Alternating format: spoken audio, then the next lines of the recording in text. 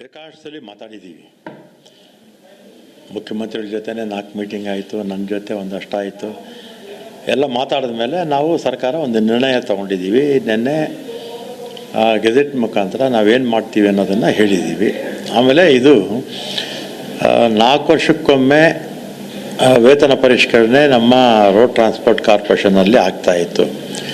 16ರಲ್ಲಿ ನಾನೇ ಮಂತ್ರಿ ಆಗಿದ್ದೆ, ಆವಾಗ ಆಗಿತ್ತು. 20ರಲ್ಲಿ 4 ವರ್ಷಕ್ಕೊಮ್ಮೆ ಅಂದರೆ 20ಕ್ಕೆ ಆಗಬೇಕಾಗಿತ್ತು. 20ಕ್ಕೆ BJP ಸರ್ಕಾರ ಇತ್ತು. ಯಾಕೆ ಮಾಡಲಿಲ್ಲ? 21ರಲ್ಲಿ ಮಾಡಲಿಲ್ಲ, 22ರಲ್ಲಿ ಮಾಡಲಿಲ್ಲ, 23ಕ್ಕೂ ಮಾಡಲಿಲ್ಲ.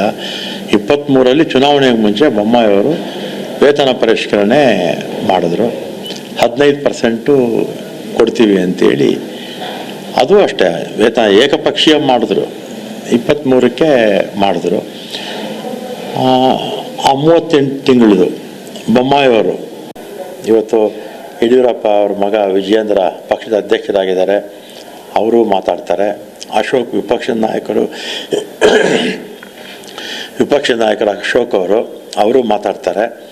ಅವರು ಇಬ್ಬರು ಮಂತ್ರಿಮಂಡಲದಲ್ಲೂ ಇದ್ದರು. ಬೊಮ್ಮಾಯಿ ಮಂತ್ರಿಮಂಡಲದಲ್ಲೂ ಇದ್ದರು, ಯಡಿಯೂರಪ್ಪ ಅವ್ರ ಮಂತ್ರಿಮಂಡಲದಲ್ಲೂ ಇದ್ದರು. 38 ತಿಂಗಳು ಬಾಕಿ 2023ವರೆಗೂ ಅವ್ರು ಹೇಳ್ತಿರೋದು.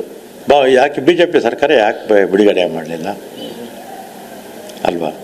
ಆಮೇಲೆ 23ಕ್ಕೆ ವೇತನ ಪರಿಷ್ಕರಣೆ ಮಾಡಿದ್ರು. 17/3/23ರಿಂದ ಜಾರಿಗೆ ಬರುತ್ತೆ ಅಂತ BJP ಸರ್ಕಾರ ವೇತನ ಪರಿಷ್ಕರಣೆ ಮಾಡಿದ್ರು. ಅವ್ರೇನು ಮಾಡಬೇಕಾಗಿತ್ತು? 1/1/21 ಮಾಡಬೇಕಾಗಿತ್ತು. 1/1/21 ಮಾಡಿದರೆ ಈ ಸಮಸ್ಯೆ ಬರ್ತಿರಲಿಲ್ಲ. ಅವರು ಪ್ರಾಸ್ಪೆಕ್ಟಿವ್ ಮಾಡಿಬಿಟ್ರು. ಇವರು ನೌಕರರು ಸಂಘದವರು ರೆಟ್ರಾಸ್ಪೆಕ್ಟಿವ್ ಮಾಡಬೇಕು 1/1/20 ಅಂತ ಇವ್ರು ಹೇಳ್ತಾರೆ. ಇವ್ರು ಹೇಳೋದು ಸರಿ ಇತ್ತು.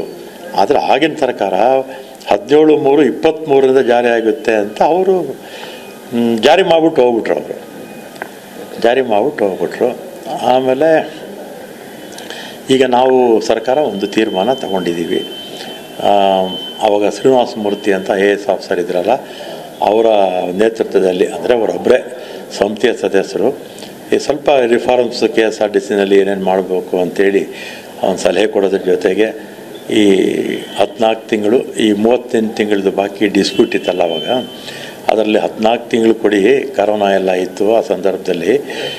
ಉಳಿದಿರ್ತಕ್ಕಂಥದ್ದನ್ನು ಸಾರಿಗೆ ಸಂಸ್ಥೆಗಳ ಆದಾಯ ಮತ್ತು ರಾಜ್ಯ ಸರ್ಕಾರ ಕೊಡುವಂಥ ಸಂಪನ್ಮೂಲಗಳನ್ನ ಅನುದಾನಗಳು ನೋಡಿಕೊಂಡು ತೀರ್ಮಾನ ತಗೊಳ್ಳಿ ಅಂತ ಹೇಳಿಬಿಟ್ಟಿದ್ರು. ನಾವು 14 ತಿಂಗಳ ಜೊತೆಗೆ ಇನ್ನೂ 12 ತಿಂಗಳು 26 ತಿಂಗಳು ಕೊಡೋದಕ್ಕೆ ನೆನ್ನೆ ಮುಖ್ಯಮಂತ್ರಿಗಳ ಜೊತೆ ಚರ್ಚೆ ಮಾಡಿ ಕ್ಲಿಯರ್ ಆಗಿದೆ. ಆಮೇಲೆ 20 ವೇತನ ಪರಿಷ್ಕರಣೆ 23 ಅಂತ BJP ಸರ್ಕಾರ ಆದೇಶ ಮಾಡೋದ್ರು.